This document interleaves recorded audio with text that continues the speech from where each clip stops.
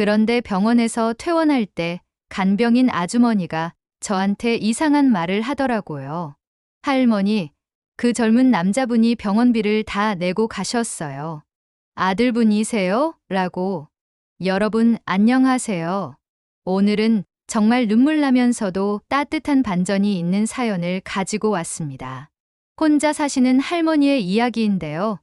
마지막까지 들어보시면 정말 깜짝 놀라실 거예요. 오늘의 사연은 부산광역시 해운대구에 사시는 76세 김옥분 할머니께서 보내주신 이야기입니다. 할머니의 사연을 제가 대신 읽어드리겠습니다. 안녕하세요. 저는 올해 76세가 된 김옥분이라고 합니다. 평생 결혼을 하지 않고 혼자 살아온 지 벌써 50년이 넘었어요. 젊었을 때는 누군가와 함께하는 삶을 꿈꿨지만 어쩌다 보니 이렇게 혼자 늙어버렸네요. 하지만 최근에 있었던 일 때문에 제 인생에 대해 다시 생각하게 되었고, 이 이야기를 많은 분들과 나누고 싶어서 이렇게 사연을 보내드려요. 저는 1947년에 태어났어요. 그 시절에는 지금과 달리 여자아이들에게 교육 기회가 많지 않았죠. 저희 집은 특히 가난했어서 초등학교도 겨우 졸업했어요.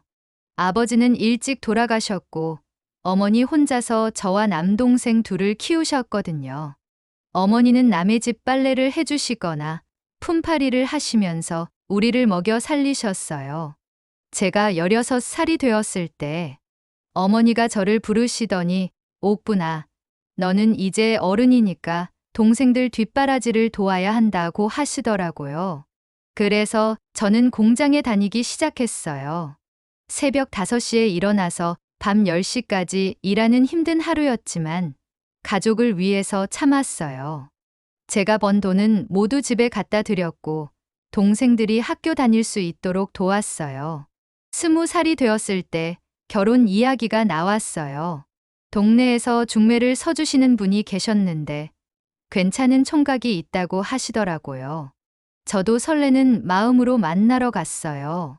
그분은 나름 괜찮은 직장에 다니는 성실한 사람이었어요. 몇 번 만나면서 서로 좋은 감정이 생겼죠. 그런데 그때 큰 문제가 생겼어요. 둘째 동생이 갑자기 큰 병에 걸린 거예요. 수술비와 치료비가 많이 들어간다고 하더라고요.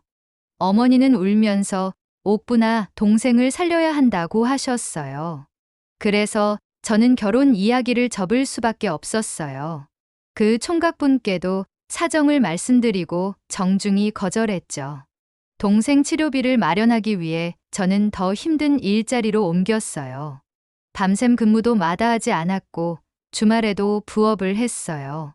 다행히 동생은 완치되었지만 저의 결혼 정년기는 그렇게 지나가 버렸어요. 25이 되었을 때 또 다른 결혼 이야기가 나왔지만 이번에는 막내 동생이 대학에 들어가게 되어서 또 포기해야 했어요. 30살이 되었을 때 어머니가 옥분아, 이제 너도 결혼해야지 라고 하셨어요. 하지만 그때는 이미 늦었어요. 그 시절의 30살 처녀는 노처녀라고 불렸거든요. 좋은 조건의 남자분들은 모두 젊은 여자와 결혼하고 싶어 했어요. 몇 번 선을 봤지만 잘 되지 않았어요. 그러다가 35살이 되었을 때 정말 좋은 분을 만났어요.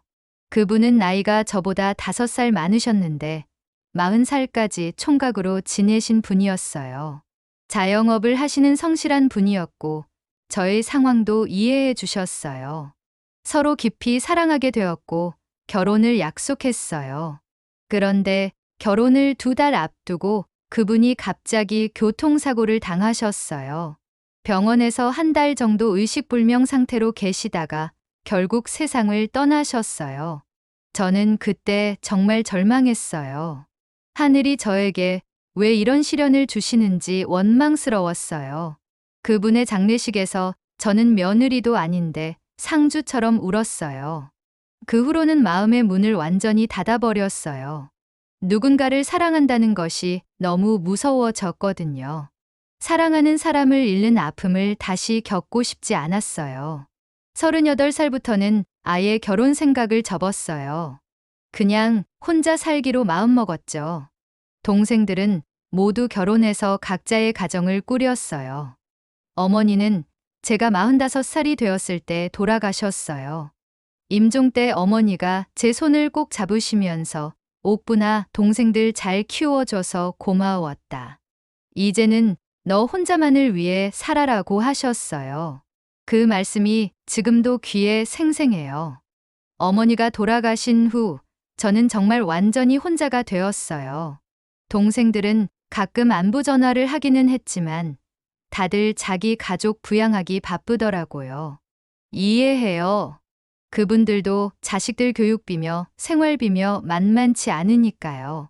저는 그냥 혼자서도 잘 살 수 있다고 생각했어요. 50대, 60대까지는 정말 그랬어요. 혼자 사는 게 편하기도 했고, 아무에게 신경 쓸 필요 없이 제 마음대로 살 수 있어서 좋았어요. 여행도 혼자 다니고, 취미 생활도 하고, 나름대로 충실한 노년을 보내고 있다고 생각했어요. 그런데 70세가 넘어가면서부터 달라지기 시작했어요. 몸이 예전 같지 않더라고요. 계단 오르기가 힘들어지고 무거운 것을 들기도 어려워졌어요. 그래도 큰 병은 없어서 다행이라고 생각했는데 작년에 큰 일이 생겼어요. 작년 겨울 갑자기 가슴이 아프고 숨이 가빠지더라고요. 처음에는 단순한 소화불량인 줄 알았는데 점점 심해지는 거예요. 새벽 3시쯤이었는데 정말 죽을 것 같아서 119에 전화했어요. 구급차가 와서 병원으로 실려갔는데 심근경색이라고 하더라고요. 병원에서 응급수술을 받았어요. 다행히 생명은 건졌지만 일주일 정도 입원해야 한다고 했어요. 그런데 그때부터 문제가 시작되었어요. 병원에서 보호자가 필요하다고 하는데 저는 연락할 사람이 없는 거예요. 동생들 번호야 있지만 새벽에 갑자기 연락하기가 미안했어요. 큰 동생은 서울에 살고 작은 동생은 대구에 사는데 멀리서 달려오게 하기가 죄송스러웠거든요. 그래서 그냥 혼자 있겠다고 했어요. 간호사들이 할머니, 정말 연락할 가족이 없으세요? 라고 몇 번이나 물어봤어요. 그때마다 없어요 라고 대답하는 제가 너무 처량하더라고요. 병실에 있는 다른 환자분들은 모두 가족들이 와서 간병을 해주는데 저만 혼자 덩그러니 있으니까 얼마나 외로웠는지 몰라요. 특히 밤이 되면 정말 무서웠어요. 혹시 또 가슴이 아프면 어떻게 하나, 혼자 죽으면 어떻게 하나 하는 생각에 잠을 못 잤어요. 간호사들이 순찰을 돌 때마다 괜찮으세요? 라고 물어봐 주셨지만 그것만으로는 부족했어요. 누군가 계속 곁에 있어주면 좋겠다는 생각이 간절했어요. 사흘째 되는 날, 병실에 젊은 남자분이 들어오시더라고요.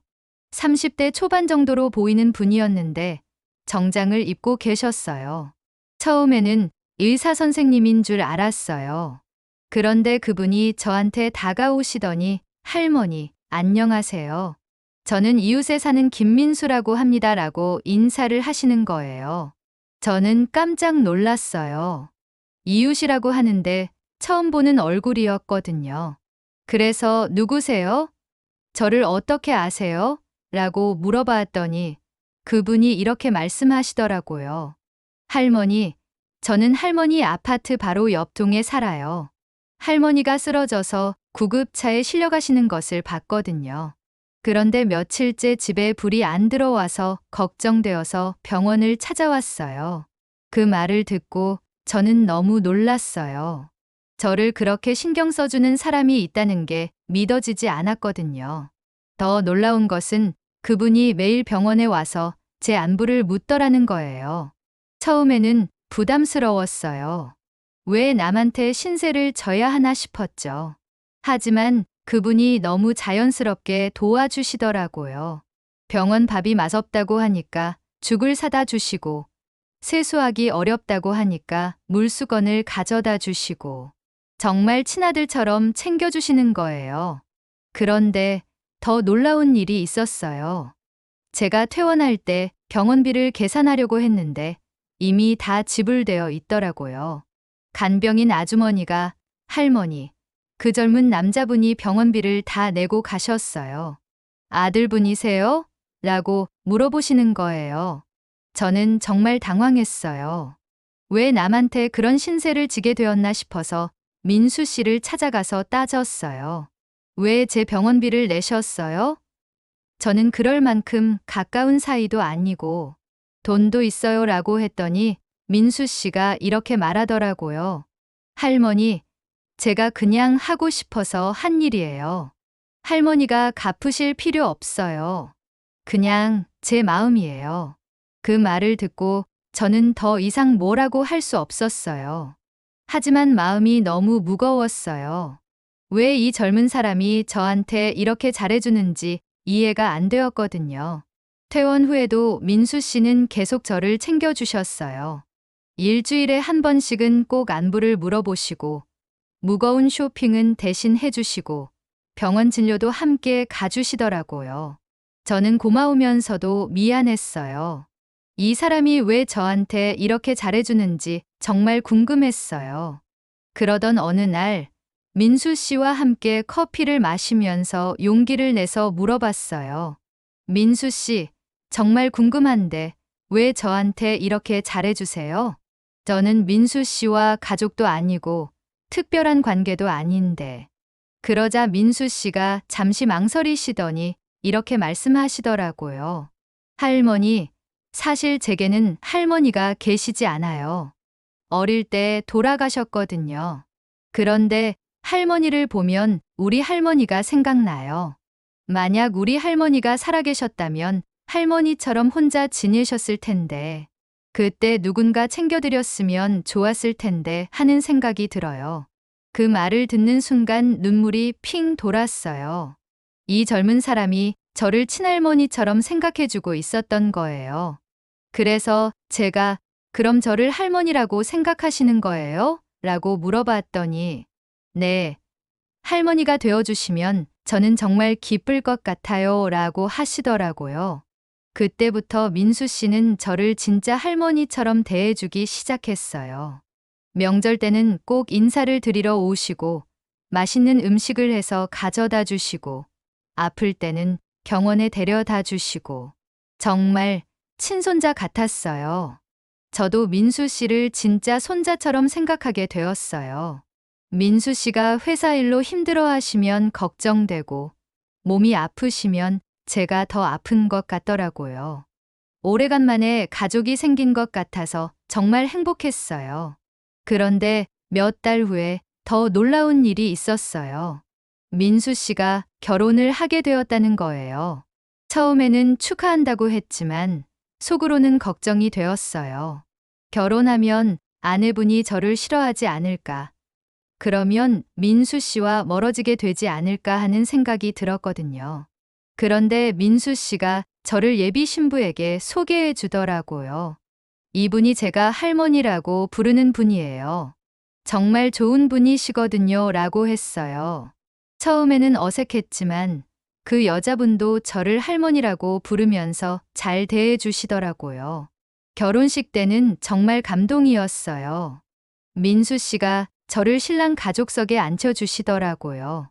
그리고 결혼식 중에 제 인생의 소중한 할머니도 함께 해주셔서 더욱 행복합니다 라고 말씀하시는 거예요. 그때 정말 눈물이 왈칵 쏟아졌어요. 지금은 민수 씨 부부와 정말 가족처럼 지내고 있어요. 일주일에 한 번씩은 꼭 만나서 밥을 같이 먹고, 명절 때는 함께 보내고, 아플 때는 즉시 달려와 주세요. 며느리도 정말 좋은 분이에요. 저를 친할머니처럼 대해주시고 가끔 반찬도 해서 가져다 주세요. 작년에는 민수 씨 부부가 저를 모시고 제주도 여행을 갔어요. 76세에 처음 가보는 제주도였는데 정말 꿈 같았어요. 공항에서 휠체어를 밀어주시고 호텔에서 제 방까지 챙겨주시고 진짜 손자, 손녀가 이래도 이렇게까지 할까 싶을 정도로 잘해주시더라고요. 최근에는 더 감동적인 일이 있었어요.